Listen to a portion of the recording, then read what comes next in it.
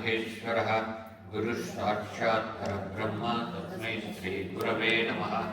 गुरवे सर्वलोकानां विषये भवरोगिणां निधये सर्वविद्यानां दक्षिणामूर्तये नमः। श्रुतिस्मृतिपुराणानाम् आलयं करुणालयं नमामि भगवत्पादशङ्करं लोकशङ्करं। सदाशिवसमारम्भां शङ्कराचार्यमध्यमाम् अस्मदाचार्यपर्यन्तं वन्दे गुरुपरम्पराम्। ओं श्री गुरुचरणारविन्दाभ्यां नमः। श्री आदिशंकर आचार्यार्के जय।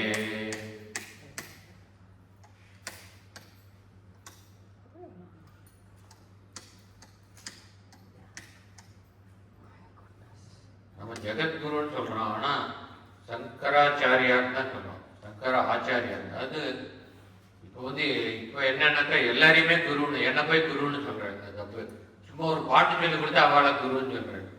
குருனாக்கா கு ரு ரெண்டு வார்த்தை. ஒன்று இருட்டு, இன்னொன்று போக்குறது. இருளை போக்கு, மனசுல இருக்கிற இருட்டு, அஞ்ஞானங்கிற இருட்டை போக்குறவங்களுக்கு தான் குருங்கிற அந்த ஸ்டேட்டஸ். ஆதிசங்கரர் நம்ம மனசுல இருக்கிற அவ்வளவு இருட்டையும் போக்குறதுக்காக இவ்வளவு பண்ணியிருக்கார். அவரே நம்ம குருன்னு சொல்லாம ஆச்சாரியார்னு சொல்லுவோம். முதல்ல லோயஸ்ட் ஸ்டேட்டஸ் என்னன்னா அத்தியாபகம் சொல்றது. அத்தியாபிகா, அத்தியாபகம், டீச்சர். ஒரு ஸ்கூல்ல பாடம் சொல்லிக்கிற டீச்சர் அத்தியாபகம். அதுக்கு மேல ஒரு ஸ்டேஜ் ஸ்பிரிச்சுவல் டீச்சரை நம்ம ஆச்சாரியா. அதுக்கும் மேல நம்ம மனசை இருளை போக்குறவங்க தான் குருன்னு சொல்றோம். அப்படிங்கும்போது இப்ப ரொம்ப குருங்கிற வார்த்தையை ரொம்ப லூஸா யூஸ் பண்றோம். யாரை பார்த்தாலும் குருங்கிறோம்.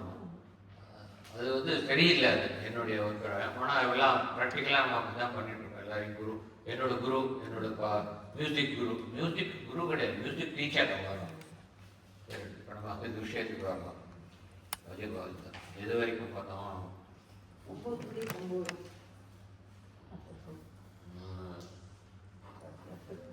இது காத்தே காத்தா அடுத்தது सत्संगत्वे निस्संगत्वं निस्संगत्वे निर्मोहत्वं निर्मोहत्वे निश्चलतत्वं निश्चलतत्वे जीवन्मुक्ति। भज गोविन्दं भज गोविन्दं गोविन्दं भज मूढमते. இந்த ஸ்டான்ஸா தான் என்னோட ஒப்பீனியன்ல பஜகோவிந்தத்தினுடைய சாராம்சம் முழுக்க இதில் இருக்கு. அதாவது ஆதிசங்கரர் சாமானியர்களான நமக்கு எளிதாக புரிஞ்சுக்கிற மாதிரி பெரிய தத்துவங்களை எழுதியிருக்கார். அவர் முக்கியமாக நமக்கு சொல்ல வேண்டிய தத்துவம் முழுக்க இந்த பாடலில் இருக்கு, இந்த ஸ்டான்ஸால இருக்கு. இதை இதுக்கு ஒரு பொருள் விளக்கம் கொடுக்கறது ரொம்ப ரொம்ப கடினமான காரியம். அதாவது கடினமான காரியம். ஆதிசங்கரரே விளக்கம் சொன்னாதான் நமக்கு எல்லாம் புரியும் அவர் என்ன சொல்ல வர்றாரு அப்படிங்கிறது. என்ன மாதிரி ஆசாமிகளுக்கு என்னோட தகுதிக்கு ரொம்ப ரொம்ப அப்பாற்பட்டது இது. எனக்கு அதுக்கு உண்டான அறிவோ ஆற்றலோ இல்லை மனப்பக்குவமோ எதுவுமே எனக்கு கிடையாது. இருந்தாலும் இப்போ இந்த இது உங்களுக்கு பொருள் விளக்கம் கொடுக்குறேங்கிற அந்த ரெஸ்பான்சிபிலிட்டி எடுத்துட்டு இருக்கிறதுனால இந்த பாட்டுக்கு நான் பொருள் விளக்கம் கொடுக்காம இருக்க முடியாது. என்னால் முடிஞ்ச அளவுக்கு கொடுக்குறேன். அதாவது ஆதிசங்கரர் நமக்கெல்லாம் என்னத்தை சொல்ல வந்தார்ங்கிறத உங்களுக்கு முழுமையாக புரிய வைக்க முடியுமா முடியாது. எனக்கு தெரிஞ்சிருந்தாலும் கூட அதை சரியான வார்த்தைகளை உபயோகிச்சு உங்களுக்கு புரிய வைக்கிறதுக்கு அதுக்கு ஒரு தனி ஒரு ஆற்றல் இருக்கணும். அது என்கிட்ட இல்லை. ஓகே, அதுக்கு சரியான வார்த்தைகளை உபயோகிச்சு சரியாக புரிய வைக்கிறதுக்கு. இருந்தாலும் ஒரு 50% உங்களுக்கு புரிய வச்சா அதுவே ஒரு பெரிய அச்சீவ்மெண்ட்டாக நினைக்கிறேன். இப்போ பாட்டுக்குள்ள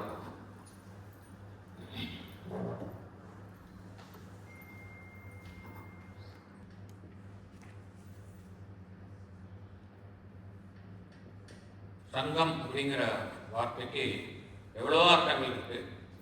சில அர்த்தங்கள் நம்ம பார்க்கலாம். அப்புறம் நம்ம இந்த பாட்டுக்கு வியாக்கியானம் பண்ணும்பொழுது வேற சில அர்த்தங்கள் தேவை இருந்தால் அதை எழுதிட்டு போகிறேன். இந்த இடத்துல சங்கம்னாக்கா கூட்டம்னு சொல்லலாம், சேர்க்கைன்னு சொல்லலாம்.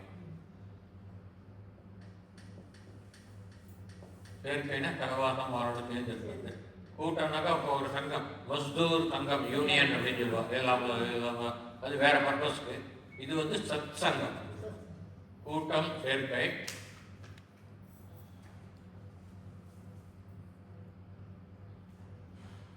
விஷயம்னு சொல்றோம், அது ஒரு அர்த்தம், அது சாதாரண அர்த்தம். அதாவது சிறந்த விஷயம், இறைவனை பற்றி பேசக்கூடிய சத்தான விஷயம், அசத்தான விஷயம் இல்லை. ஆனால் இந்த இடத்துல வந்து என்ன பொறுத்த வரைக்கும் சத்துனா சத்தியம்ங்கிற அர்த்தத்தில் வந்து சத்தியம்.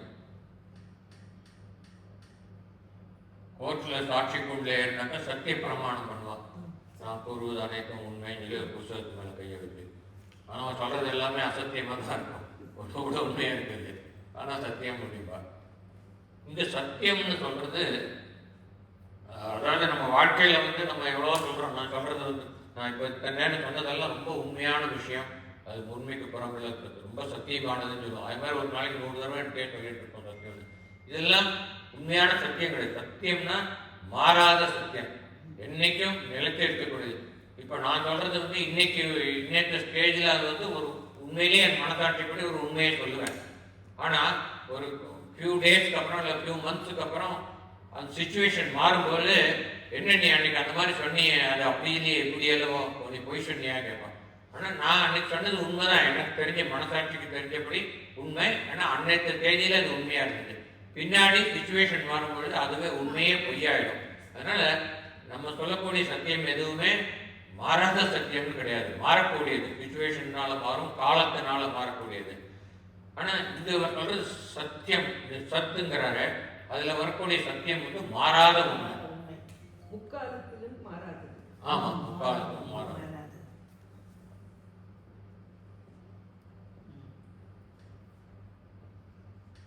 சங்கம் அப்படின்னா என்ன அர்த்தம் பார்க்கணும். சத் சங்கம்னாக்கா சில பேருடைய இப்போ இதெல்லாம் கூட சத் சங்கம் சொல்லணும். இது குரு சொன்ன மாதிரி தான். அது நம்ம சேர்ந்து நம்ம ஏதாவது ஒரு நல்ல விஷயத்தை பேசுறதோ இல்லை சில சமயம் பஜனை பாடுறது, பாட்டு பாடுவோம், அதையும் சத் சங்கம் சொல்றோம். இதெல்லாம் லூஸ் டெர்மினாலஜி தான். உண்மையான சத் சங்கம்னாக்கா இதுல இந்த பாட்டுல வர அர்த்தம், அதுதான் உண்மையான சத் சங்கம். சத் அப்படின்னாக்கா உண்மைன்னு பார்த்தோம். என்ன உண்மை? மாறாத உண்மைன்னு பார்த்தோம். அதாவது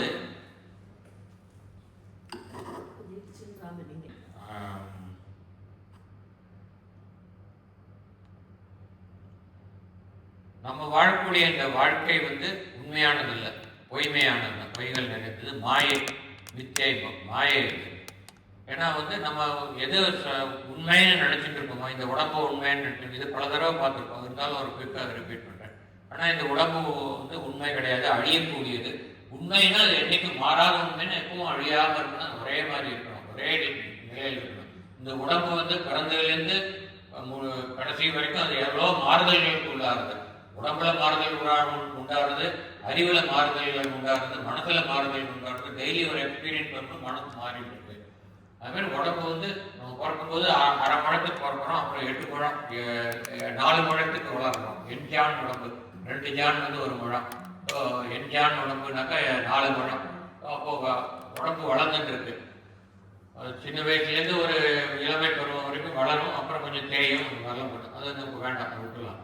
ஆனால் மாறாத உண்மைனாக்கா எந்த உண்மை இந்த அனைத்து பிரபஞ்சமும் தோன்றுவதற்கு முன்பே இருந்ததோ, இந்த பிரபஞ்சம் தோன்றும் பொழுதும் இருந்ததோ, தோன்றி இந்த பிரபஞ்சம் இவ்வாறு இருக்கும் பொழுதும் அது இருக்கிறதோ, பிரபஞ்சம் அழிந்த பின்பும் இருக்கிறதோ, அதுதான் மாறாத உண்மை. அது என்ன மாறாத உண்மை? இந்த பிரபஞ்சத்துக்கு காரணமான நிர்குண பரபிரம்மம். இந்த பரபிரம்மங்கிறது ஒண்ணுதான் உண்மையான உண்மை. மீதி எல்லாம் உண்மை மாதிரி நமக்கு தோற்றம் அளிக்கும், ஆனால் அது உண்மை அல்ல. அது வந்து காலத்துக்கு தகுந்த மாதிரி மாறக்கூடிய உண்மை, மாறாத உண்மை அந்த பரபிரம்மம் ஒன்று. இப்போ சத் சங்கம்னா என்னன்னு பார்க்கலாம்.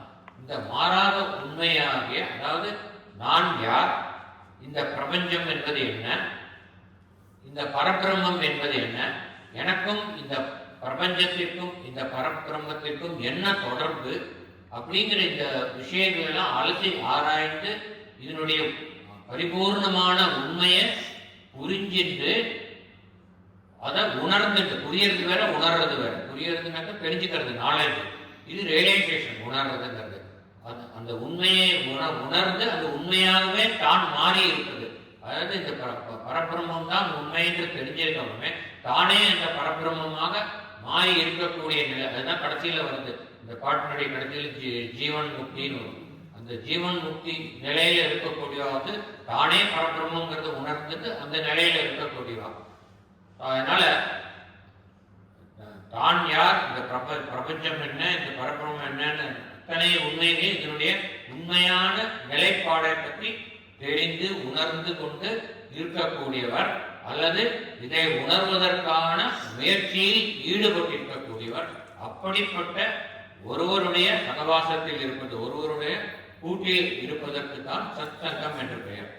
இப்போ வந்து இப்போ நான் வந்து உங்களுக்கு ஏதோ சொல்லிட்டு இருக்க விஷயத்தை பற்றி சொல்லிருக்கேன். ஆனால் எனக்கு வந்து இந்த நான் யாரு, பரபிரம்மம் யாரு, இந்த பிரபஞ்சம் யாருங்கிறது உண்மை எனக்கு இது வரைக்கும் தெரியாது.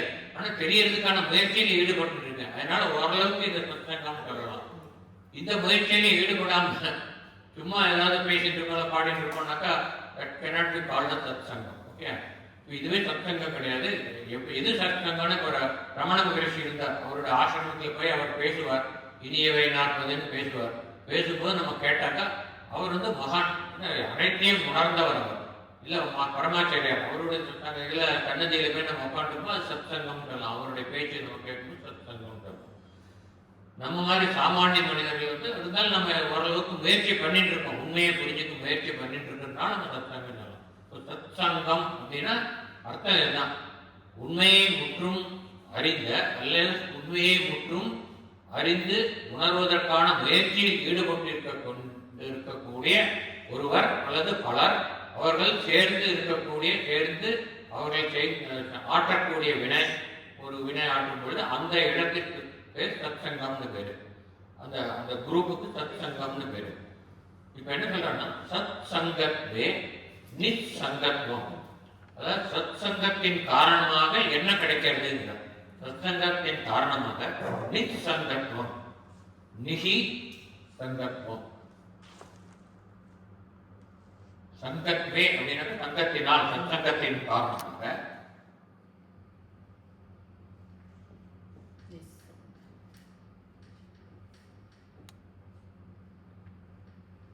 சேர்க்கும் போது இந்த இது போயிடும், விசர்க்கம் போய் இஸ்ஸு வந்துடும்.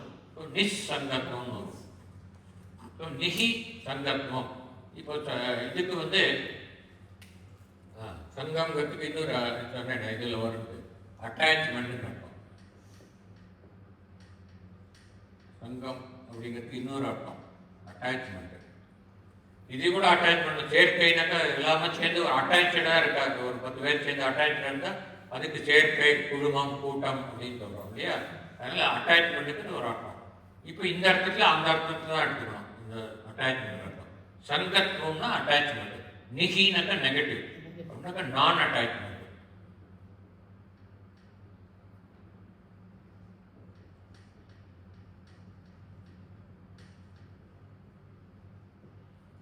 நான் அட்டாச்மெண்ட்னாக்கா இந்த உலக விஷயங்களில் பற்று இல்லாத நிலை. அட்டாச்மெண்ட்னா பற்று, பற்றற்ற நிலை.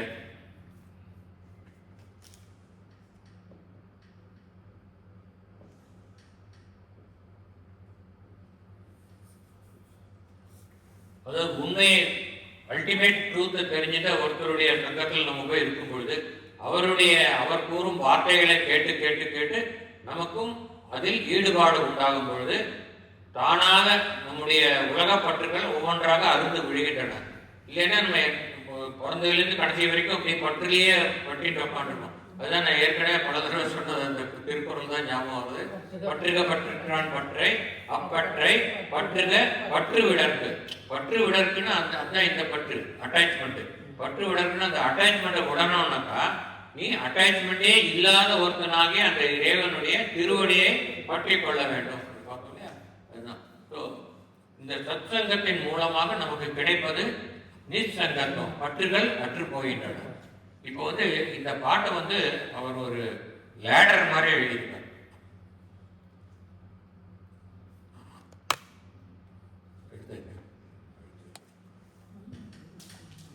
என்னுடைய எய்ம் வந்து இங்க போனோம். இதுதான் வந்து நிச்சல தத்துவே ஜீவன் முக்தி. மனித மனிதராக பிறந்தவர்களுடைய ஒவ்வொருத்தருடைய எய்ம் வந்து ஜீவன் முக்திங்கிற, அதாவது நான் யாருன்னு தெரிஞ்சுட்டு நம்ம அதுவாகவே இருந்துட்டு, அதாவது துரியாதீதம்னு ஒரு வார்த்தையை உபயோகிச்ச ஞாபகம் இருக்கும் உங்களுக்குலாம், அபிராம அந்த துரியாதீத நிலை தான் ஜீவன் முக்தி. நம்ம யாருன்னு தெரிஞ்சுட்டு அதுவாகவே இந்த உலகத்தில் இந்த உடம்புல இருக்கும் பொழுதே, இப்போ எத்தனையோ பேர் இந்த மாதிரி இருக்காரு, ராமகிருஷ்ண பரமஹம்சர் பல வருஷங்கள் ஜீவன் முக்தியில் சமாதி, ஜீவன் சமாதின்னு பேர், நிர்விகல்ப சமாதின்னு சொல்லுவாங்க. அந்த சமாதியில் இருந்துட்டு போயிட்டு அப்படி இருக்கிறவங்களுக்கு வந்து இன்னொரு பிறவி கிடையாது.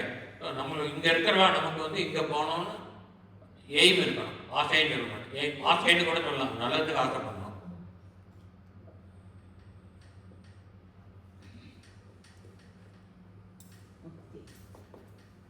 அதுக்கு நம்ம இங்கே இருக்கிறவா நம்ம என்ன பண்ணோம், ஃபஸ்ட்டு ஸ்டெப்பு முதல்ல லேடரில் இங்கேருந்து ஜம்ப் பண்ண முடியாது, அப்படி ஒவ்வொரு லேடர் தான் போனோம்.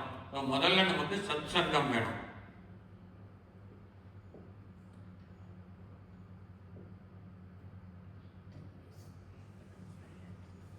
சத்சங்கத்தில் போய் இருந்து ஈடுபட்டு இருந்தோம்னாக்கா நமக்கு ஆட்டோமேட்டிக்கா நிச்சங்கம் வரும்.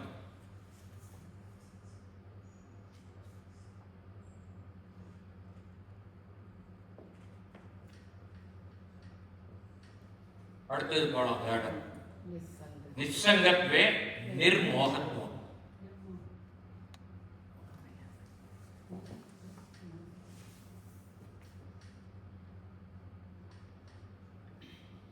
முதல்ல மோகம்னா பார்க்கலாம்.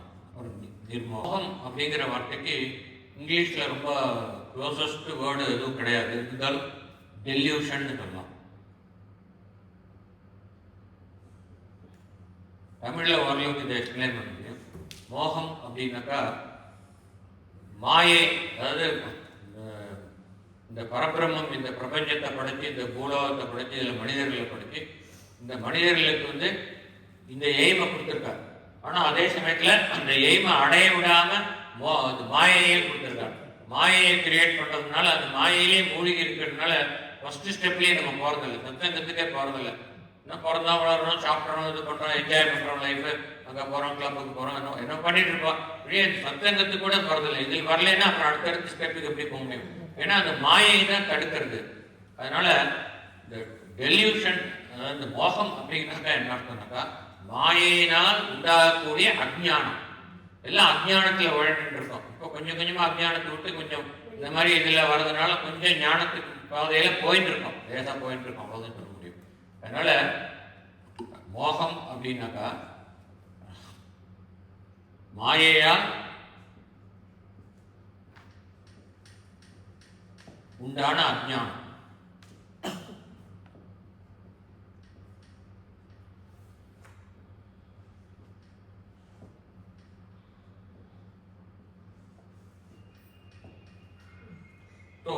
இப்போ இதுக்கு ஆப்போசிட் பார்க்கணும், நிர்மோகத்துவம். நிர்மோகம்னாக்கா மாயையினால் உண்டான அஜ்ஞானம், அஜ்ஞானத்தை களைவது.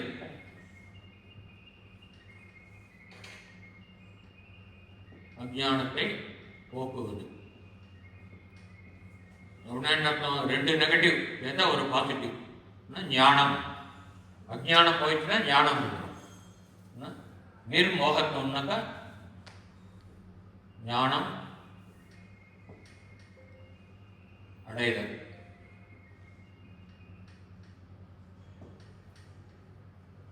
அதனால நான் அட்டாச்மெண்ட் வந்து கொடுத்தனாக்கா கொஞ்சம் கொஞ்சமா நம்மளுடைய உலக வந்த பாசங்கள், அதனால நம்ம செய்யக்கூடிய நல்வினை தீவினைகள், அதாவது காமிய கர்மங்கள் எல்லாம் நம்ம குறைஞ்சிட்டே வந்தோம்னாக்கா அப்போ நம்மளுடைய அஜ்ஞானத்திலேருந்து விலகி நமக்கு ஞானம் தெரிய ஆரம்பிக்கும். அதுதான் நிர்மோகத்துவம்.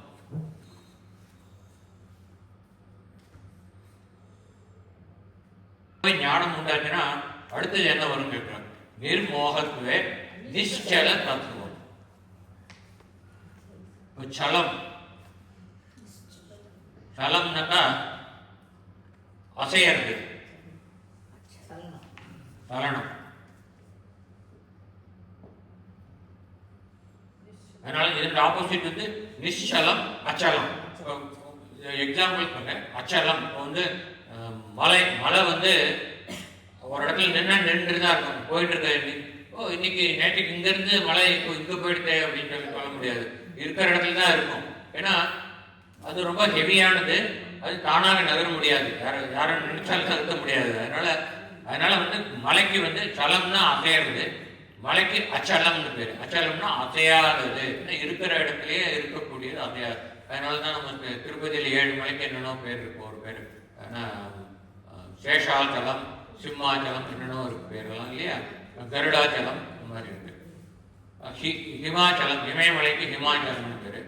ஸோ அசைதல்னா ஃபார் எக்ஸாம்பிள் ஒரு எறும்பு இங்கே இருக்கு, ஓகே, ஒரு ஆண்டு, அது வந்து அப்படியே ஊரிட்டு எறும்பு சும்மா இருக்காது, எங்கேயா போயிட்டு இருக்கும், இல்லாத ஒரு சர்க்கரையை இருக்கிறதா நினைச்சுன்னு தேடிட்டு போயிட்டு இருக்கும். அப்படியே போய் இங்கே வந்து கொடுத்தது எறும்பு அப்படின்னாக்கா அது அசைஞ்சதுனால அது ஊறி போனதுனால இங்கே வந்திருக்கு. ஆனால் இன் எஃபெக்ட் என்ன ஆயிருக்கு, இது பற்றி சயின்ஸ் புரிஞ்சுக்கணும். இது அசைஞ்சதுன்னு சொன்னோம், அதே சமயத்தில் என்ன ஆயிருக்கு, மாற்றம் உண்டாயிருக்கு. அதனுடைய பொசிஷன் மாறி இருக்கு, அது இருந்த இடத்தை மாற்றிக்கொண்டிருக்கிறது அசைவின் மூலமாக. அதனால சலம்னா அசையறதுன்னு அர்த்தம். அச்சலம் நிச்சலம் அப்படின்னாக்கா அசையாத தன்மை, மாறாத தன்மை, மாற்றம் இல்லாத தன்மை. அதனால நிச்சலம்னாக்கா மாறாததுன்னு அர்த்தம், மாறாதது. காரணம் இருக்கிறது.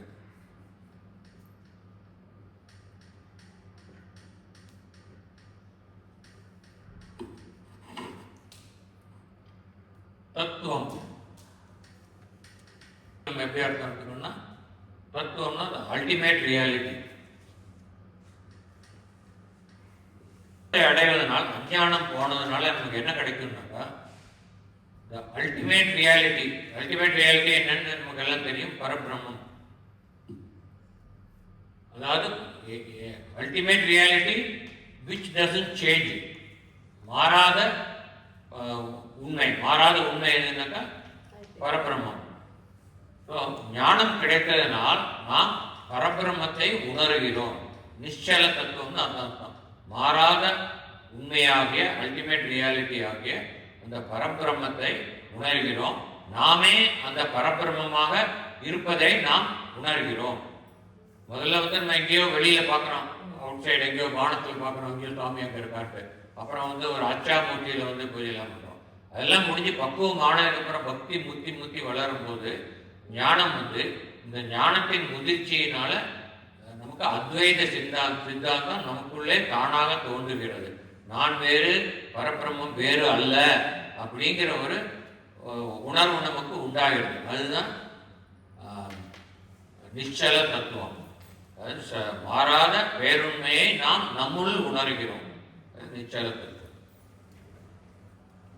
பரபிரம்மம் இருக்கு, நாம வேற, பரபிரம்மம் வேற இல்லை அப்படிங்கிற உணர்வு நமக்கு வந்து கொடுத்துனாக்கா அந்த உணர்வுல இருந்து நம்ம வெளியில் வரவே முடியாது. அது irreversible. போனாக்கா அந்த பாத்துக்கு போயிட்டு திரும்பி போக முடியாதுன்னா நமக்கு வரத்துக்கு மனசு வராது. நம்ம ஹையஸ்ட் ஸ்டேட் ஆஃப் இந்த மைண்ட்ல இருப்போம் நம்ம. அதனால நம்ம திரும்ப வந்து ஆல் த வே பேக் இந்த கிரவுண்ட் லெவலுக்கு வரவே மாட்டோம், சான்ஸே இல்லை. இந்த லேடர் ஒன்ஸ் மேலே ஏறியாச்சுன்னா கீழே இறக்கவே மாட்டோம், அங்கேயே தான் இருப்போம் நம்ம. ஸோ அதுதான் வந்து ஜீவன முக்தி. இந்த நிச்சல தத்துவத்தை அடைந்தால் அதுதான் ஜீவன முக்தி. நிச்சல தத்துவம் ஜீவன முக்திக்கு காரணமாகிறது. அதுதான் இதில் ரொம்ப அழகாக சொல்லுங்க. ஒருத்தர் வந்து தான் பிறந்த ஏற்கனவே சொல்லியிருக்கேன், அரிதறிந்து மானிடராய் பிறப்பில் அறிந்து அவ்வையார் காரணமே மனித பிறவியில் தான் நாம் முயன்று நாம் யார் என்ற கேள்வி கேட்டு அதற்கு பதிலை அறிய முடியும். அந்த பதிலை எப்படி அறிஞ்சிக்கணுங்கிறத ஸ்டெப் பை ஸ்டெப்பா லேடர் போட்டு காமிச்சிருக்கார் ஆதிசங்கராச்சாரியர் இந்த பாட்டில். ரொம்ப அற்புதமான பாட்டு இது. இதில் ஏதாவது கொஸ்டின் இருக்கு? அதில்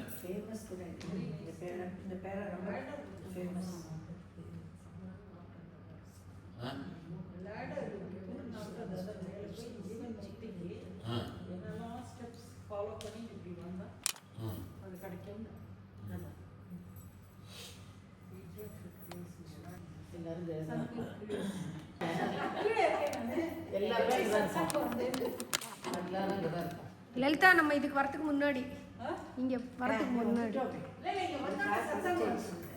கரெக்ட். நான் எங்க இருக்கேன் தேடினேன். சத்சங் முன்னாடி எங்க இருக்கேன் போனாங்க. வந்துட்டோமா சார்? இங்கதான் இருக்கோம். அங்க போனோம். மேபி இதான் இங்க இருக்கோம். சும்மா இருக்கு.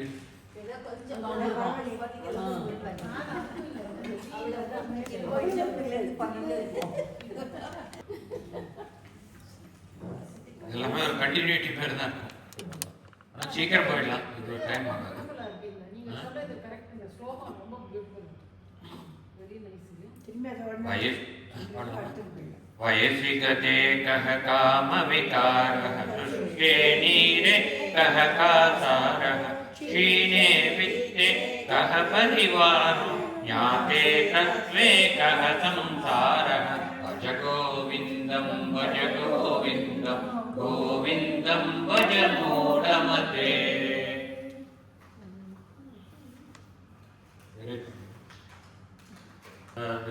மாதிரி எக்ஸ்பிளைன் பண்ணியிருக்காங்க. எதனால என்ன வருது அப்படின்னு சொல்லியிருக்காங்க. அதாவது இளம் வயதில் காரணமாக காம விகாரங்கள் உண்டாகின்றன. காம விகாரம், காமத்தினால் மனதில் தோன்றக்கூடிய என்ன விகாரங்கள், அது காம விகாரம் பேரு. அதாவது வயதின் காரணமாக தோன்றுவதனால் காசை எடுத்துட்டோம்னா எஃபெக்டும் போயிடும். வயசு வந்து இளமைங்கிறது வந்து காசு, காமத்துக்கு ஆன காரணம் வந்து இளமை. அதனுடைய எஃபெக்ட், காசினுடைய எஃபெக்ட் வந்து காம விகாரம். ஸோ இந்த இளமை போயிடுச்சுனாக்கா அந்த காம விகாரம் போயிடும். அது மாதிரி ஒவ்வொன்றும் காசை எடுத்த எஃபெக்ட் போயிடும். அதுதான் இதில் அழகாக சொல்கிறாங்க. வயசு கதை, வயது போன பின்பு, வயது போன பின்பு இளம் வயது போய் முதுமை வந்த பின்பு, அல்லது அந்த யூத்ஃபுல்னஸ் போனதுக்கு அப்புறம் கஹ எங்கே கஹ எங்க போச்சு காம விகாரக. சின்ன வயசுல அப்படி ஓடிட்டு இருப்பான், அவனுக்கு வந்து வயசானதுக்கு சோர்ந்து படுத்துருவான். அதனால எங்க போச்சு போனோடது. அதனால இது நிலையாதது. நீ வந்து அந்த ஏஜ்ல வந்து அவனுக்கு தான் இல்லை, அதுதான் எல்லாமே இருக்கும். ஆனா பின்னாடி அது காணாம போயிட்டா. அது உண்மையா இருந்ததுனாக்கா எப்பவுமே இருக்கணும், மாறாத உண்மையா இருக்கணுமா? இல்லை, அது போயிடுது. அதெல்லாம் அந்தந்த ஸ்டேஜுக்கு தான் அது. அதனால அந்த காசை எடுத்துட்டாக்கா உனக்கு எஃபெக்ட் போயிடுங்கிறதுக்கு சில எக்ஸாம்பிள் சொல்லி கடைசியில் முக்கியமான காசு எஃபெக்ட் வராது. வயசி கதே கஹ காம விகாரக எங்க போச்சு அப்படிங்கிறார். சுஷ்கே நீரே, சுஷ்கினா வத்தி போச்சுன்னு அர்த்தம். நீருனாக்கா தமிழ் வார்த்தை தான். நீர்னாக்கா தண்ணி. சுஷ்கே நீரே கஹ காசாரக, காசாரகன்னு நீர்நிலை. அதாவது ஒரு ஏரி, குளம், தடாகம். அதாவது அந்த ஏரியில வந்து தண்ணி இருக்கிற வரைக்கும் அதுக்கு ஏரின்னு பேரு. அதுல தண்ணி ஃபுல்லா வத்தி போயிடுச்சுனாக்கா அது ஒரு குழி, அவ்வளவுதான். அது யாரும் ஏரின்னு சொல்ல மாட்டான். அதனால காசு என்னது? தண்ணி. தண்ணி இருக்கிறதுனால எஃபெக்ட் வந்து அந்த ஏரின்னு பேரு. அந்த காசு தண்ணி போயிடுச்சுனாக்கா எங்க போச்சு? ஏரி. ஏரி காணாம போயிடுச்சு. அதான் எப்படி இளமை போனதுக்கு அப்புறம் காமம் காணாம போயிட்டோம், அது மாதிரி தண்ணி போனதுக்கு அப்புறம், தண்ணி வத்தி போனதுக்கு அப்புறம் அது ஏரி காணாம போயிடுது. சுஷ்கே நீரே கஹ காசாரக க்ஷீணே வித்தே கஹ பரிவாரம். க்ஷீணே வித்தம்னா ஏற்கனவே 2-3 பாட்டில் பார்த்துருக்கோம். செல்வம், தனம், பணம்னு அர்த்தம். வித்தம். வித்தம் தேன வினோத சித்தம்னு மாதிரி பாட்டிலே பார்த்தோம். வித்தம்னா பணம். க்ஷீணே வித்தே பணம் வந்து க்ஷீணம் ஆயிடுச்சுனாக்கா குறைஞ்சி போச்சு. பணம் ரொம்ப போய்கிட்ட நிறைய பணம் இருந்துன்னு என்னை சுற்றி நிறைய பேர் இருப்பா. ஏதாவது கிடைக்குமா அப்படின்னு சொல்லிட்டு சொந்தமாக இருக்கும், நண்பர்களாக இருக்க எனக்கு சூழ்ந்திருப்பா. ஆனா அந்த பணம் வித்தம் வந்து க்ஷீணம் ஆயிடுச்சுனாக்கா கஹ பரிவாரக எங்க போனா எல்லாரும் அவனை சுற்றி இருந்தவா எல்லாம் ஒருத்தர் கூட இல்லையெல்லாம் ஓடி போய் தொண்டை காணும் துணியை காணும்னு ஓடி போயிட்டா எல்லாரும். அதனால அதுவும் காசு. உன்கிட்ட இருக்கிற பணம் தான் காசு. இத்தனை பேர் இருந்தாலே அவன் உன் மேல அபிமானத்தினால, உன் மேல பிரியத்தினால இருந்தான்னு நினைக்கிறியா? இல்ல, நீ உன் பணத்தெல்லாம் நீ தூக்கி போடு, அடுத்த நிமிஷம் அவன் காணாம போயிடும். ஸோ அவ வந்து உன்னை சுத்தி இருந்ததுக்கு காரணம் உன்னிடம் இருந்த பணம். அந்த காசு போனோன்னா அந்த எஃபெக்ட் ஆன அந்த பரிவாரம் போயிடுது. அடுத்து சொல்றார், ஞாத்தே தத்துவே கஹ சம்சாரக. ஞாத்தே தத்துவே, தத்துவம்னாக்கா அல்டிமேட் ரியாலிட்டி.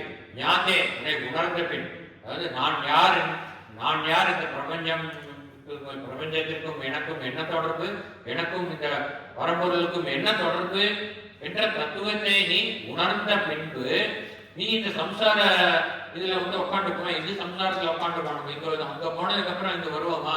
அதுதான் இதை கேட்கறாரு இந்த பாட்டுல. போன பாட்டோட கண்டினியூட்டி தான். 2 அர்த்தம். கஹ சம்சாராவுக்கு 2 அர்த்தம்.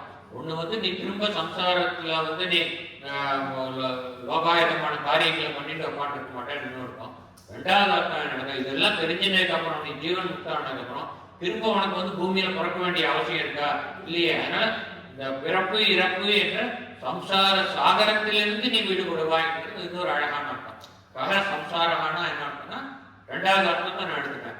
பிறப்பு இறப்பு என்ற சம்சார சாகரம் என்ன சொல்லணும். சம்சாரம்னா அதான் பிறப்பு திரும்ப வந்து பூமியில பிறந்து திரும்ப நம்ம வந்து காமிய கர்மங்களை பண்ணி திரும்ப மரணம் அடைஞ்சு திரும்ப பிறந்து இது பேர் தான் endless ocean of life and டெத்ன்னு சொல்றது. அந்த endless ocean of life and டெத்லேருந்து நீ விடுதலை பெறுவாய். எப்போ ஞாபகமே தத்துவே, அதாவது உன்னுடைய உண்மையான உன்னுடைய நிலை, உன்னுடைய உண்மையான மெய்ப்பாடை நீ உணர்ந்த பின்பு நீ திரும்ப பூமியில் பிறக்க வேண்டிய அவசியம் இல்லை. ஆகையினால் நீ சம்சார சாகரத்திலிருந்து விடுதலை அடைவாய் அப்படிங்கிறது அழகான அர்த்தம்.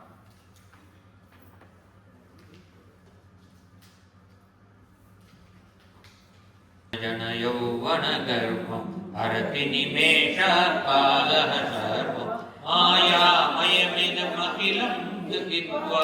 ரெண்டு வருஷம் இருக்கு. சிலதுல வந்து ஹித்வான் இருக்கும், சிலதுல புத்வான் இருக்கும். உங்க புக்ஸ்ல எப்படி இருக்கு? ஹித்வா தான் இருக்கு. ரெண்டுக்கும் அர்த்தம் பார்க்கறதுனா பார்க்கலாம். மாயாமயமிதம் அகிலம் ஹித்வா பிரம்மபதம் தும் பிரவிஷ விதித்வா பஜ கோவிந்தம் பஜ கோவிந்தம் கோவிந்தம் பஜ மூடமதே.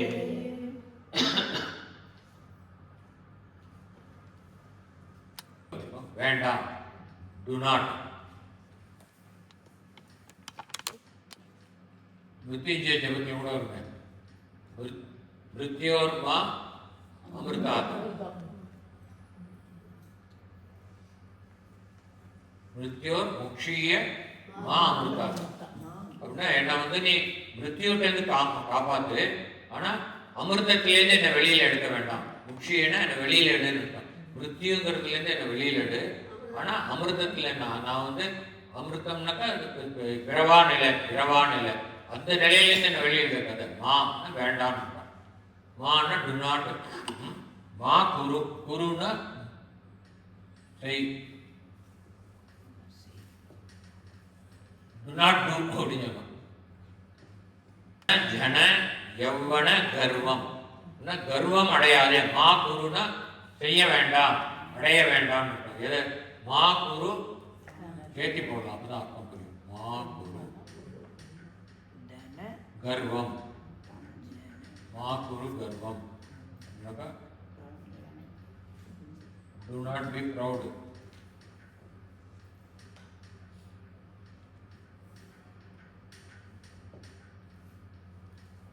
கர்வத்தை அடைய வேண்டாம். எதுக்காக கர்வம் அடைய வேண்டாம்? தன ஜன யௌவன. தனம்னாக்கா பணம். நிறைய பணம் இருக்கு அப்படிங்கிறதுனால நீ கர்வம் அடைய வேண்டாம். அந்த பணத்தினால உன்னை சுற்றி நிறைய பேர் இருப்பா, ஜனங்கள் இருப்பா. ஆள் இல்லாம வேலைக்கு நிறைய பேர் வச்சுட்டு இருப்பேன். என்கிட்ட இவ்வளவு பேர் இருக்காளேங்கிறதுனால ஒருத்தன் வந்து ஒரு பெரிய கம்பெனி சீஃபா இருப்பான். ஸோ அந்த கம்பெனியில வந்து ஒரு 10,000 பேர் வேலை பண்ணுவான். 10,000 பேர் கீழே வேலை பண்றாங்க. இதுக்கெல்லாம் நீ ரொம்ப கர்வப்படாத. இதெல்லாம் சாஸ்வதமானது இல்லை. மா குரு தன ஜன யௌவனம். யௌவனத்துக்காக எங்கன்னா போன பாட்டில் தான் பார்த்தோம். காம விகாரம் எங்க போச்சு? யௌவனம் போனதுக்கு அப்புறம். அதனால யௌவனமும் சாஸ்வதமானது இல்லை, தனமும் சாஸ்வதமானது இல்லை. ஜனம் உங்கள்கிட்ட தனம் இருக்கிற வரைக்கும் தான் ஜனம் இருக்கும். தனம் போச்சுன்னா ஜனம் போயிடும். அதனால எதுவுமே சாஸ்வதம் கிடையாது. இதுக்காக நீ அனாவசியமாக மிக மிக பெருமைப்பட்டுக் கொள்ள வேண்டாம் அப்படிங்கிறார். மா குரு தன ஜன யௌவன கர்மம் ஹரதி நிமேஷாத் காலக கர்மம். காலம் இருக்கு, அது வந்து நேற்றுக்கு பெரிய கோடிட்டு இருக்கும், ஸ்டாக் மார்க்கெட் போச்சு, அவ்வளவும் போயிடும், ஒரு வீட்டா இருக்காது. அது மாதிரி எல்லாமே அப்படிதான். எவ்வளோ அப்படிதான் கொஞ்ச நாள் ஆச்சுன்னா போயிடும். அதனால ஹரத்தி நிமேஷ், ஹரத்தினா பிடுங்கிறதுன்னு அர்த்தம். ஹரன்னா பிடுங்குறவன், நம்ம உயிரை பிடுங்குறவன் வந்து ஹரன்னு சொல்றோம். ஹரத்து மனது ஹரன், சம்ஹாரம் அப்படின்னு சொல்லி. ஸோ ஹரத்தினாக்க பிடுங்குவது. ஹரத்தி நிமேஷா, ஒரு நிமிஷத்துல பிடிக்கிறது. காலம் சர்வம், எல்லாத்தையும் பிடிக்கணும். எதுக்காக நீ கர்வப்பட்டியோ தன ஜன யௌவனம் எல்லாமே உனக்கு போயிடும் அப்படிங்கிறார். அதனால அதுக்காக அனாவசியமா டெம்பரரி அச்சீவ்மெண்ட்டுக்காக நீ ரொம்ப கர்வப்படாத. நீ வந்து மாறாத உண்மையை நீ தெரிஞ்சுட்டு அதுக்கு தான் நீ பெருமை பண்ண இதுக்கெல்லாம் நீ பெருமைப்படக்கூடாது. அடுத்து சொல்றார் மாயாமயம் இதம்.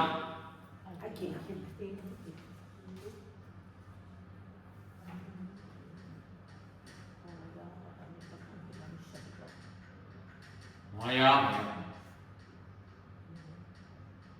மாயாமயம்னா என்ன சொல்லலாம்? Full of illusion.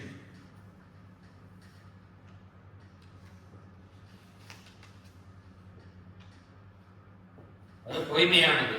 ஒரு உண்மை போல் தோற்றம் அளிக்கும், ஆனால் பொய்மையானது. இது எல்லாமே ஏன்னா அந்த சமயத்தில் இப்போ நான் பெரிய பணக்காரன் வந்தேன்னு அது என்ன என்னோட பணம் அப்படி போகும் அப்படின்னு தான் நமக்கு தோணும் அந்த சமயத்தில். ஆனால் எல்லாம் வல்ல அந்த விதி எதை வேணா எப்படி வேணா மாற்றி எழுதிடும். அதனால அந்த சமயத்தில் நமக்கு அது இல்யூஷன்ல இருக்கணும். நம்ம இது உண்மை அப்படின்னு நினைச்சிட்டு இருப்போம், அது உண்மை அல்ல. அது அதனாலதான் மாயாமயம் இதம். இதம்னா இந்த இதம் அகிலம்.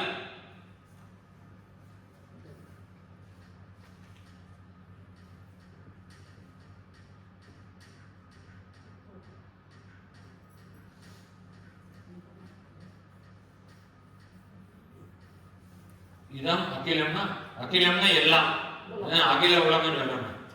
ஆல் தீஸ் இதம் அகிலம்னா ஆல் திஸ்.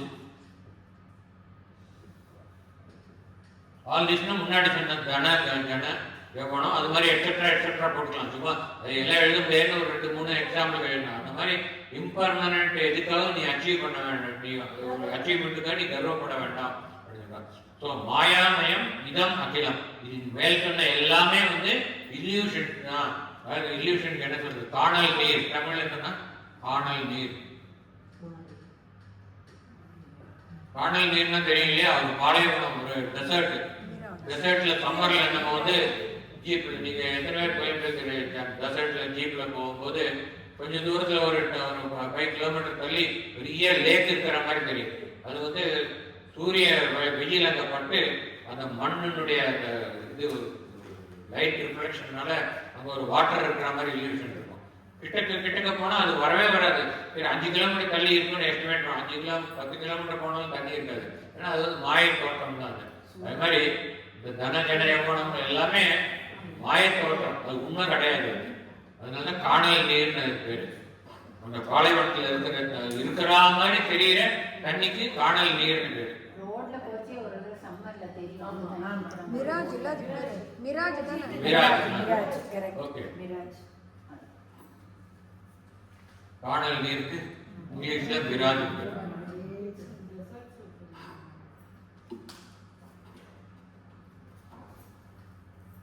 மாயாமயம் இதம் அகிலம் ஹித்வா. அதனால நீ இதெல்லாம் விட்டுடுங்கிற, இந்த கர்வத்தெல்லாம் நீ விட்டுடு. ஏன்னா அதனால உனக்கு எந்த பிரயோஜனமும் இல்லை. கர்வப்பட்டு ஹித்வானா விட்டுவிட்டு நீ என்ன பண்ணணுங்கிற பிரம்ம பதம் எது சத்தியமோ அதை தேடுகிற.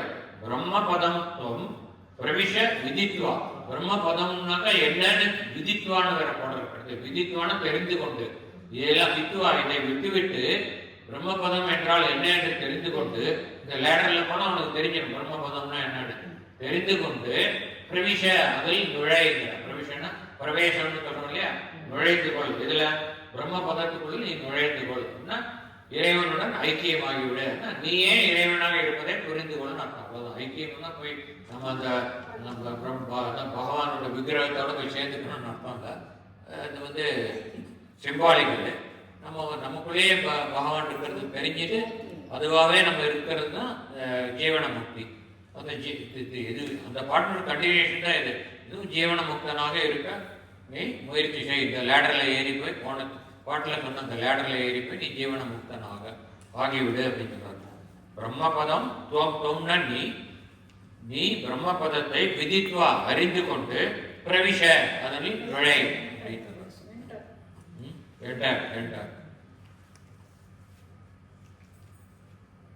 இன்னொரு பாட்டு பார்க்க முடியும்.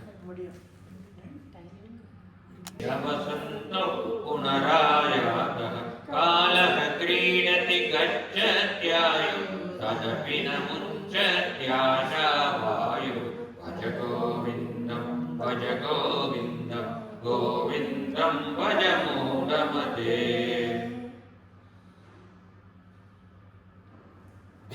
யாமின்யோ. தின யாமின்யோன்னாக்கா பகல் இரவு, பகல் இரவு மாறி மாறி வரக்கூடியது. दिनमपि रजनी सायं दिनमपि रजनी सायं प्रातः.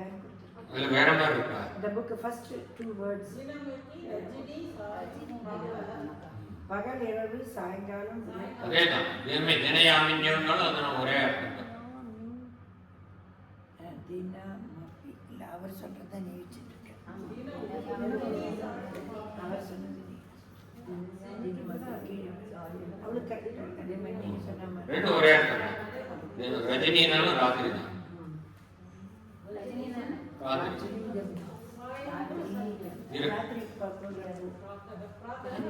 யாமின்யோன்னு இரவு பகல். அப்புறம் சாயம் பிராத்தா, இரவு பகலை சொல்லிட்டார். அப்புறம் இரவும் பகலும் சேரக்கூடிய இடம் பிராத்தா. இரவு முடிஞ்சு பகல் உண்டாகக்கூடிய இடம் பிராத்தா. அப்புறம் பகல் முடிஞ்சு இரவு உண்டாகக்கூடியது சாயம். அதனால இந்த இரவு பகலை சொல்லி சந்திக்கிற இடம் இருக்கார் சொல்லி இதெல்லாம் வந்துட்டு வந்துட்டு போறதுங்கிற அடுத்த லைஃப்ல பாருங்க. புனர் ஆயாத்தா, புனகா ஆயாத்தா, புனராயாத்தகாங்கிறத புனகா ஆயாத்தகான்னு சொல்லிக்கிறேன். ஆயாத்தகானா கம் அண்ட் கோ அகைன். புனகான திரும்ப திரும்ப நடக்கும், திரும்ப திரும்ப வந்துட்டு போறது. என்னன்னு புதுசா பார்க்கலாம். தின யாமின்யம் இரவு பகல், சாயம் பிராத்தகா ரெண்டு சந்தி நேரங்கள். இவையெல்லாம் சிசிர வசந்தம். அதாவது வெஸ்டர்ன் கண்ட்ரீஸ்ல எல்லாம் 4 சீசன்ஸ் தான் இருக்கு. ஸ்ப்ரிங், சம்மர், ஆட்டம், வின்டர். இப்போ நம்ம வின்டர் முடிஞ்சுட்டு இது ஸ்ப்ரிங்குக்குள்ள நுழைய போகிறோம். ஆனால் நம்ம பாரத தேசத்தில் 6 சீசன்ஸ் இருக்கு.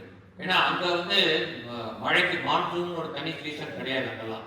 ஏன்னா வருஷம் ஃபுல்லாக லண்டன்லாம் வருஷம் ஃபுல்லாக மழை பெஞ்சிட்டே இருக்கும். அதனால் மான்சூன் தனியாக ஒரு டயத்தை ஒதுக்க முடியாது.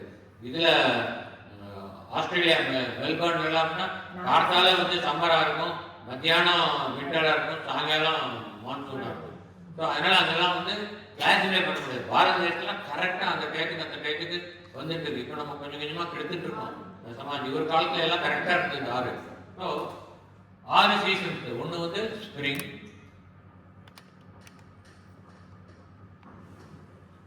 சம்மர், சம்மருக்கு அப்புறம் அங்கே வெஸ்டர்ன் கண்ட்ரீஸில் ஆட்டம் அப்படிம்பாங்க. நமக்கு சம்மருக்கு அப்புறம் மான்சூன், மழைக்காலம், அப்புறம் ஆட்டம்.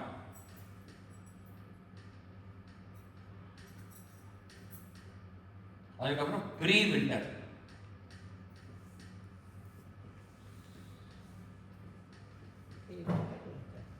அப்புறம் வின்டர்.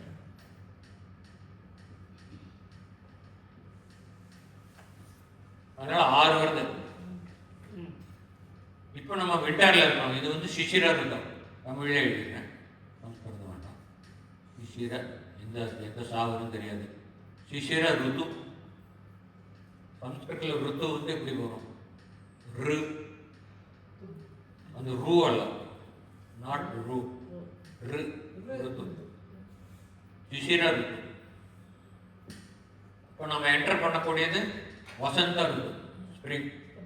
ஏன்னா சைக்கிள் வின்டர் முடிஞ்சு திரும்பி கவர்றோம் ஸ்ப்ரிங். இது வசந்த ருத்து. ஸ்ப்ரிங் முடிஞ்சா சம்மர், கிரீஷ்ம ருது.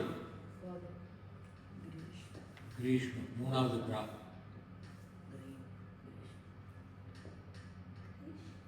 அப்புறம் மான்சூன், மழை, வருஷம், வருஷ ருதம். ஏன்னா மழைக்கு தெலுங்குல வருஷம் சொல்றது, அப்புறம் சான்ஸ்கிரிட்லேயும் வருஷா, ஹிந்திலையும் வருஷம்.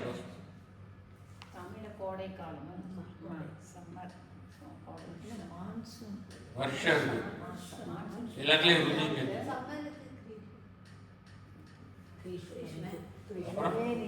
இது சரத் ருது.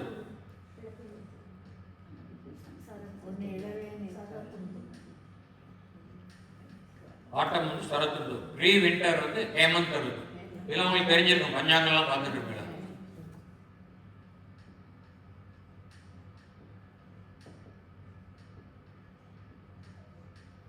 Better to know all the 6 seasons. Bharata நாடு மற்ற நாடுகளை விட வித்தியாசமானதுங்கிறது இதில் தெரியறது உங்களுக்கு. இது எங்கேயுமே ஸ்ப்ரிங் சம்மர் ஆட்டம் வின்டர் தான் வந்து. அதே மாதிரி இந்த ஸ்ப்ரிங்கை வந்து இங்கே ப்ரீ வின்டர் சொன்ன மாதிரி ஸ்ப்ரிங்கை வந்து ப்ரீ சம்மர்னு சொல்லணும்.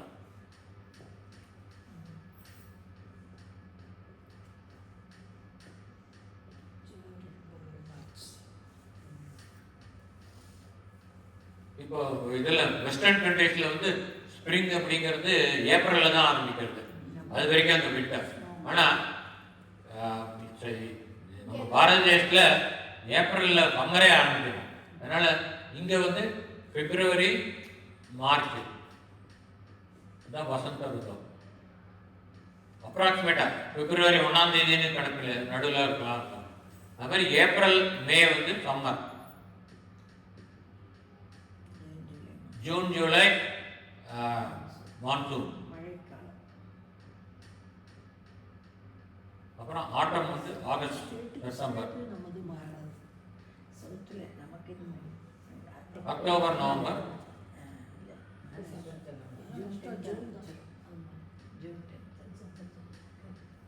எல்லாம் கரெக்டாக வரணும். 6 ரித்து இருக்கிறதுனால ஒவ்வொரு ரித்தும் 2 மாதம். பட் எக்ஸாக்ட்லாம் இது டிசம்பர் 1ஆம் தேதின்னு கணக்கு கிடையாது, எப்போ வேணா வரலாம்.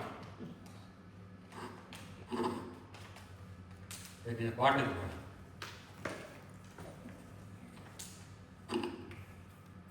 எதுக்கு எழுத வந்தேன்னாக்கா, சிசிர வசந்தோ புனர் ஆயாத்தா. இப்போ சிசிர வசந்தோ அப்படிங்கிற ஒரு வேர்டு இருக்கு இல்லையா, அந்த வேர்டு வந்து it's a good example for dual. அதாவது இதில் சம்ஸ்கிருதத்தில் வந்து சிங்குலர், டியூவல், ப்ளூரல் அப்படின்னு ஏகவச்சனம், த்விவச்சனம், பகுவச்சனம் அப்படின்னு 3 இது இருக்குது. என்ன சொல்றது வச்சனத்துக்கு தமிழில் எண்ணிக்கையாக நம்பர் ஒன்று. நம்ம தமிழில் வந்து ஒருமை இருமை கிடையாது, ஒருமை பன்மை தான் இருக்குது. இங்கிலீஷ்லேயும் சிங்குலர், ப்ளூரல் இருக்குது. ஆனால் சம்ஸ்கிருதத்தில் தான் டியூவல்னு ஒன்று இருக்குது, அதாவது த்விவச்சனம், 2 பேர். இப்போ ராமலக்ஷ்மணோ அப்படிங்கிறது ஒரு எக்ஸாம்பிள். ராமன் லக்ஷ்மணன் சேர்த்து தான் இப்போ சொல்லுவார் ராமலக்ஷ்மணோ. ஏன்னா வந்து டியூவலுக்கு வந்து எப்படி வரும்னா, இப்போ எல்லாமே வந்து சம்ஸ்கிருதத்தில் வந்து இந்த விபக்திக்கெல்லாம் சேர்த்து ஒரு டேபிள் உண்டு, அதுக்கு வந்து சப்த மஞ்சரின்னு பேர். அதில் வந்து ஒவ்வொரு நவுனுக்கும் ப்ரோனவுன், காமன் நவுன் எல்லாத்துக்குமே வந்து ப்ராப்பர் நவுன், காமன் நவுன் எல்லாத்துக்குமே அதில் வந்து டேபிள் இருக்கும். ஒவ்வொரு நவுனுக்கும் ஏகவச்சனம், திவச்சனம், பகுவச்சனம், ஒவ்வொன்றுக்கும் 8 விபக்தி. ஸோ 8 × 3 24 மேட்ரிக்ஸ், 24 ஐட்டம்ஸ் இருக்கும் ஒரு டேபிளில். அந்த மாதிரி 1000 டேபிள் மனப்பாடம் பண்ணணும் சம்ஸ்கிருதத்தில் நல்லா தெரிஞ்சுக்கணும்னாக்கா. ஸோ அதனால் அது முதல் டேபிள் ராமசப்தம் தான். ராமசப்தம் தான் ஃபஸ்ட்டு ஆரம்பிக்கும், சுபமாக ஆரம்பிக்கணுன்ட்டு ராமசப்தம். ஸோ அதனால் எக்ஸாம்பிள் சொல்கிறேன்னா, இந்த விபக்திக்காகட்டும் இல்லை இந்த வச்சனத்துக்காகட்டும் இதெல்லாம் எக்ஸாம்பிள் சொல்கிறதுனாக்கா ராமசப்தத்திலே தான் சொல்லணும். இப்போ ஒரு ராமன்னாக்கா ராமஹா, அப்புறம் 2 ராமர்கள்னாக்கா ராமோ, அப்புறம் ராமாஹா, ராமஹ ராமோ ராமஹா. இதை மனப்பாடம் பண்ணணும். ராம ராமோ ராமஹா, ராமம் ராமோ ராமான் அப்படி வரிசையாக சொல்லிட்டு போவாங்க. குழந்தைகள் சின்ன வயசுலேருந்தே சப்தத்தை மனப்பாடம் பண்ணிக்கணும். ஸோ ராமோ, இந்த அவு வரும் இந்த 2வது இதுக்கு டியூவலுக்கு. அதே மாதிரி சிசிர வசந்தோ உனக்கு விண்டரும் ஸ்ப்ரிங்கும் சேர்த்து சொல்கிறேன். சிசிர வசந்தம் 2 இது சொன்னதுனால அது டியூவல் ஆகிடுச்சு. பன்மையும் இல்லை, ஒருமையும் இல்லை, இருமை இல்லை வருது.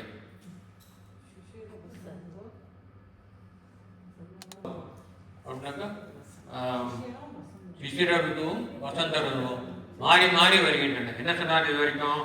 இரவும் பகலும் மாறி மாறி வருகிறது, திரும்ப திரும்ப வருகிறது. அதே மாதிரி சாயம் பிராதகா, அதுவும் திரும்ப திரும்ப வருகிறது. சிசிர வசந்தம் எதுக்கு சொல்றேன்னா, காலம் போயிட்டே இருக்குன்னு நமக்கு வெயிட் பண்ண அந்த காலம் டக்கு டக்குன்னு. இப்போதான் நேற்று காய்ச்சா இருக்குல்ல, இன்னைக்கு வந்துருக்கு அப்படின்னாக்கா அப்படிதான் வரும். போன வருஷம் ஆச்சா இருக்குல்ல, அடுத்த வருஷம் வந்துருக்குன்னு தான் சொல்கிறோம். இப்போதான் வந்து குளிர்காலம், அதுக்குள்ள வந்து ஸ்ப்ரிங் வந்துடுது, சம்மர் வந்துடுது அப்படிங்கிறோம். அது மாதிரி வேகமாக போயிட்டு இருக்கு காலம். காலக கிரீடத்தை என்ன சிசிர வசந்தம் புனர் ஆயாத்தகா. புனராயாத்தகா நீங்க இப்படி பிரிச்சுக்கணும். புனர் புனகா ஆயாத்தகா.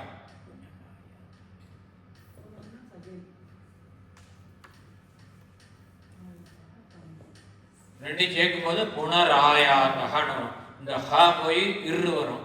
இரும் ஆ சேர்ந்தாக்கா ரா ஆயிடும். புனராயாகான்னு வரும். சந்தி பிரிச்சாதான் நமக்கு அர்த்தம் புரியும். புனகான மீண்டும் மீண்டும், புனகான மீண்டும் மீண்டும், இது மீண்டும் அர்த்தம். மீண்டும் வருகிறது. இது தினம், பகல் இரவு, காலை மாலை, அப்புறம் சிசிர ருது, வசந்த ருது, இவை அனைத்தும் மீண்டும் மீண்டும் வருகின்றன அப்படிங்கிறார். வசந்தம் புனர் ஆயாகா காலக கிரீடத்தி. அது மாதிரி நம்மளோட விளையாடுறதுப்பா இந்த காலம். நீ நினைச்சிட்டே இருப்ப, போயிட்டே இருக்கும். இங்கிலீஷ்ல சொல்லுவா time and tide wait for none அப்படின்ட்டு. அதாவது நம்ம பாட்டுக்கு நம்ம மெதுவாக பண்ணலான்னாக்கா டைம் பாட்டுக்கு போயிட்டே இருக்கும், டெட்லைன்லாம் போயிடும். அதே மாதிரி சமுத்திரம் அளவு வச்சுட்டு நான் ஸ்நானம் பண்ணுறேன்னு ஒருத்தர் நின்னா எப்படி இருக்கும் அது பண்ணலாம். அதனால டைம் அண்ட் டைடுங்க. டைடுனாக்கா சமுதிரத்தினுடைய அலை, இப்போ தான் டைடு. ஸோ நம்ம சமுதிரத்தில் இது அலை வந்துருட்டா போயிடுதா, வராமல் இருக்கட்டும் கொஞ்ச நேரம். அப்புறம் நம்ம இறங்குறேன்னாக்கா வராமல் இருக்காது, போனது திரும்ப வரத்தான் செய்யும். அதனால தான் டைம் அண்ட் டைட். வெயிட் பண்ணாதப்பா, நீ செய்யறத இப்போ இப்பவே செய், இன்றே செய் இனிதே செய்ன்னு சொல்லுவாங்க. நன்றே செய், ஒன்றே செய், நன்றே செய், இன்றே செய், இனிதே செய் அப்படின்னு சொல்றாங்க. காலக கிரீடத்தி. அடுத்தது தான் பார்ப்போம். கச்சதி ஆயுகு. கச்சத்தி ஆயுகுங்கிறத இப்படி பிடிக்கணும். கச்சதி ஆயுகு இப்படி. இது கற்பனை இல்லாம வேணும்.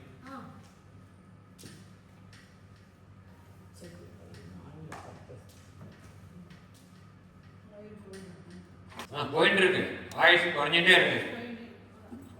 அதாவது காலங்கள் மாறி மாறி வந்துட்டு இருக்குன்னா டைம் வேகமாக போயிடும். காலம் தான் காலகா கிரீடத்தை.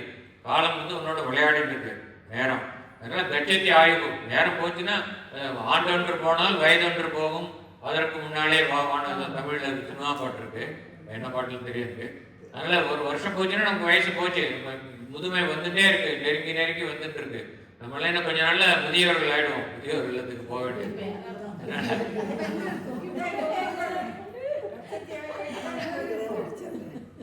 அதனால காலம் நமக்காக வெயிட் பண்ணாது, வெயிட் இருக்கும். அதனால ஒரு வருஷம் போச்சுன்னா ஒரு ஏஜ்ல ஒரு வருஷம் ஆயிடுது, நம்ம ஆயுசுல ஒரு வருஷம் குறைஞ்சி போச்சு. ஏன்னா நம்ம பிறக்கும் போதே இத்தனை வருஷம்னு எழுதி வாங்கிட்டு வரல, நம்ம இத்தனை வருஷம்னு வாங்கிட்டு வரல. ஏற்கனவே சொல்லிருக்கேன், இவ்வளவு மூச்சு காட்டுன்னு வாங்கிட்டு வந்திருக்கோம். இவ்வளவு மில்லியன் மூச்சு காட்டு இருக்கிற வரைக்கும் இந்த ஆள் உயரம் உலகத்துல இருப்பான்னு. அதனாலதான் நீங்க பாத்தீங்கன்னா பெருமூலர்லாம் 3000 வருஷம் இருந்தாருனாக்கா காரணம் என்னன்னா, அவன் மூச்சை அடக்கி நம்மெல்லாம் இப்போ இந்த நர்ஸ் கையில இருந்து நுழைச்சி பாக்குறல மிஷின், அதுல 99ன்னு காமிக்கும் ஆக்சிஜன், அப்புறம் ஹார்ட் ரேட் 72 ஏதோ காமிக்கும். மூணாவது அவர் நோட் பண்றதில்ல, அவன் சொல்லிட்டு நோட் பண்ணுங்கன்னு சொல்லிட்டு. மூணாவது என்ன ரெஸ்பிரேட்டரி ரேட், அதுவும் காமிக்கிறதில்ல. அது நார்மலா 18, 20 அப்படி இருக்கும். அப்படின்னா என்ன அர்த்தம், ஒரு நிமிஷத்துக்கு நம்ம 20 தடவை மூச்சு விடுறோம்னு அர்த்தம். ஆனா நீங்க நிறுத்தி நிதானமா பிராணாயாமம் பண்ணினா ஒரு நிமிஷத்துக்கு 5 தடவை தான் மூச்சு விட முடியும். 5 இல்லைன்னா 4. நான்லாம் ஒரு நிமிஷத்துக்கு 3 தடவை தான் மூச்சு விடுவேன் பிராணாயாமம் பண்ணும்போது. சில சமயம் ஒரு நிமிஷத்துக்கு ஒரு மூச்சு, அந்த மாதிரி டீப் பிராணாயாமம் பண்ண முடியும். கண்டிப்பாக தான் பார்த்துக்கணும். ஸோ இந்த சித்தர்கள் எல்லாம் ஒரு நிமிஷத்துக்கு ஒரு தடவை மூச்சு விட்டாக்கா நம்மளை மாதிரி 20 மடங்கு ஜாஸ்தியாக இருக்க முடியும். நம்ம 100 வருஷம் உலகத்தில் உயிரோடு இருந்தாலும் அவள் 2000 வருஷம் இருக்க முடியும்.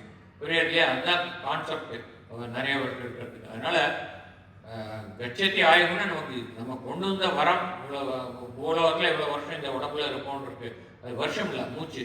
அதனால அந்த மூச்சு முடிஞ்சதுக்கப்புறம் போயிடும். அதனால வருஷம் போச்சுன்னா மூச்சு ஜாஸ்தி, எவ்வளோதான் அடைக்கணும்னு அந்த ஒரு வருஷத்துல எத்தனை மூச்சுன்னு கணக்கு இருக்கு இல்லையா? அதனால நீ உலகத்தை உடம்பு விட்டு போயிடுவாப்பா அப்படிங்கிற. அதுக்குள்ள நீ செய்ய வேண்டியது செஞ்சாகணும். கச்சதி ஆயுகு ததப்பின முஞ்சதி ஆஷா வாயு. அதனால ததப்பினக அப்போ கூட இதெல்லாம் தெரிஞ்சிட்டா கூட ஆஷா வாயு, ஆசை என்னும் காற்று நம்மை விட்டு போவதில்லை. அது ஏதோ ஒரு பாட்டு, ஒரு தமிழ் பாட்டு, பூங்காற்று இளமை என்னும் பூங்காற்று. அந்த பாட்டு பஜகோவிந்தத்தை பார்த்து காப்பி அடிச்சு எழுந்தது. ஆசைங்கிற காற்று சொல்லிருக்கார், அதை பார்த்து அவர் இளமை என்னும் பூங்காற்றுன்னு சொல்லிருக்கார். அதனால எதுவுமே நிரந்தரம் இல்லைன்னு தெரிஞ்சுட்டு கூட நீ எப்ப வேணா இந்த உலகத்தை விட்டு போகலாம் தெரிஞ்சுட்டு கூட இந்த உலகத்தை விட்டு போனதுக்கு அப்புறம் திரும்ப இங்க வராம இருக்கிறதுக்கான முயற்சியில நீ ஈடுபடாம திரும்ப திரும்ப அந்த ஆசைகள்லயே உழன்றுட்டு இருக்கேன்னு சொல்லி நம்மளை பார்த்து ஒரு துக்கத்தினால எழுதியிருக்காங்க. சென்ஸ் ஆஃப் அர்ஜென்சி டே இப்போவாது முடிச்சு போனாங்க. மூடமதே மூடமதே மூடமதே திரும்ப திரும்ப சொல்றாங்க. பஜ கோவிந்தம் பஜ கோவிந்தம் கோவிந்தம் பஜ மூடமதே. குரு ஆதி சங்கராச்சாரியாருக்கு ஜெய்.